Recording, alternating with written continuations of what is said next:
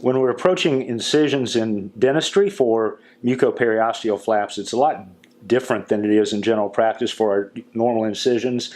Usually what we're doing is we're doing a continuous incision for, say, a laparotomy. It's more like this. And in dentistry, we've got this real thin mucoperiosteal flap that we're trying to elevate off of the bone, and in doing so, it's very easy to disrupt that. So what we want to do is use the scalpel in stab incisions instead of continuous incisions. And one thing that we can't do is have that scalpel where it's parallel to the tooth, and that's the thing that we actually gravitate to naturally, is to have that like this parallel to the tooth. And in reality what happens is it slips off the bone and we'll rip that flap before we even get our periosteal elevator out to start to elevate. So what we want to do is make sure that when we make these little stab incisions that we start at about a 15-degree angle, and we go at the margin of the gingiva and we take it up underneath that gingiva in the sulcus, and then we make these little stab incisions as we go. And having that at least a 15-degree angle, what we're doing is we're pressing that down, we're going through the junctional epithelium, and we're landing on that marginal bone. So it allows for a very safe approach, keeping in mind that that angulation needs to be present throughout the length of the incision, and you can ensure that your flap initiation will allow for non-traumatic exposure to that bone and make your whole procedure a lot quicker and easier.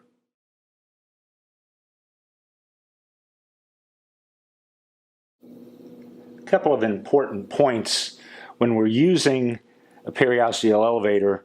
Number one, your periosteal elevators are going to have a double-ended function to them. One's a smaller end, one's a larger end. This is a small end of the feline periosteal elevator, and this is how it's positioned on the patient with the chrome-like finish towards you.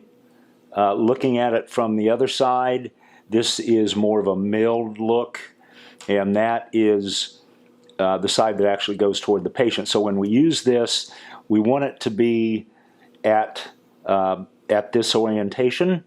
And when we start off with a flap, one thing to keep in mind, let's say we're doing a flap to expose the canine tooth for extraction. We start with an incision up here in the diastema between the canine and the incisor, and so that's a vertical releasing incision with a scalpel. We carry it on back to the distal aspect of the third premolar here, and then we use the periosteal elevator initially with the small end, especially on the corners and between teeth, to facilitate a safe elevation so that we can remove the bone over the canine tooth in this case and make it an easier extraction by utilizing maximal bone removal.